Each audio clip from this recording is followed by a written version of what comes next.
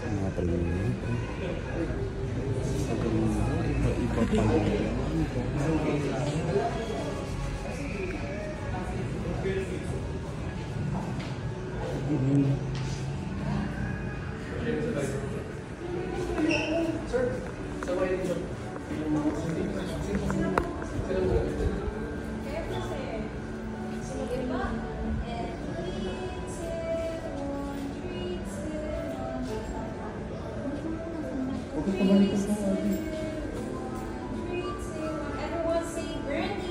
Brandy!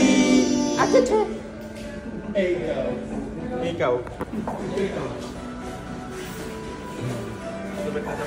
Ba't ganito po yung sapatos nila? Ito po yung different kinds of soil in Taguig with the seeds.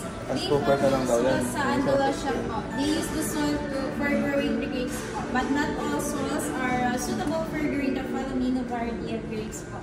But there are some, especially the Alberta soil, it's 80% chalk, and Tuscan soil is 60% chalk, and it's very suitable for growing the Palomino variety of grapes po. And here is the actual full page of the Palomino variety of grapes po.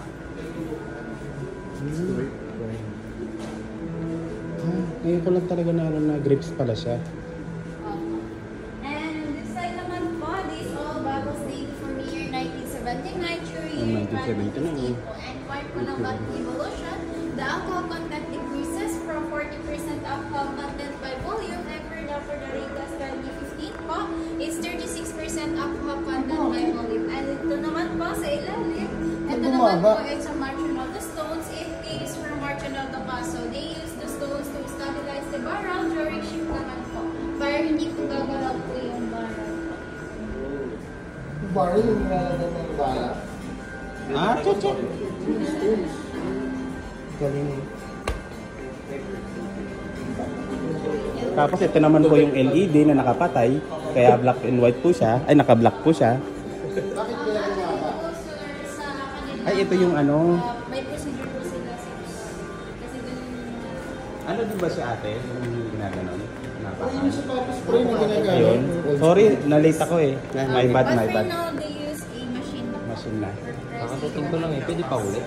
Oo, halika. And yan Nakita naman mo po yung yung sis doon? upper crusty, balik yan naman po is dinidistill po yung alcohol spirit and Yun. brandy. After po ng fermentation process and distillation process po, tinatransfer po siya Galing. dito sa American oak barrel. And dito naman po sa American oak barrel, nag-aging po yung brandy.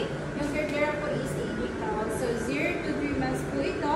Ito po is 3 months to 6 months. Ang Solera naman po 6 months to 1 year old. And we also have a Solera Reserva. Yun na po yung 1 year old.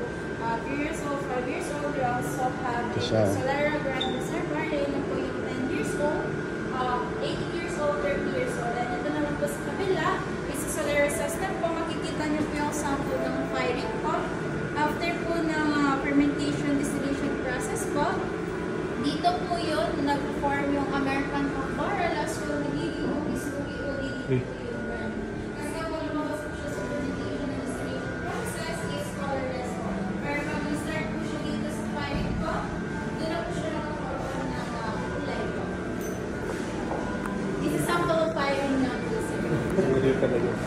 And yan naman po yung old Douglas po.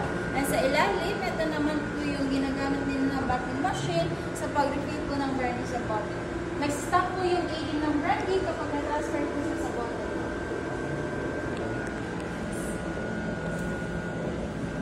And on this side naman po, brands owned by the Emperor Garcia and Emperor Award Whole Magic Triangle in Andalusia. So here are the Sun Ants and the brands po ng Emperor.